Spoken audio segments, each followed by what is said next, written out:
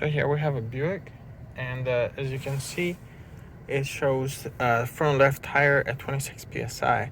Now the thing is that we have added up to 35 psi to that tire, so that should not be 26. It should be 36 or 35 or so.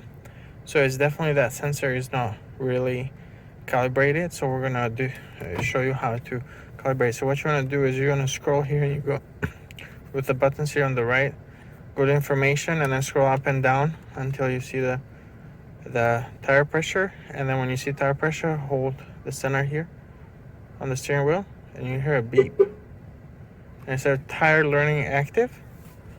And now it should start monitoring those as you drive, those tires and tire pressures, and it should reset that one right there that's out of sync, as you can see there.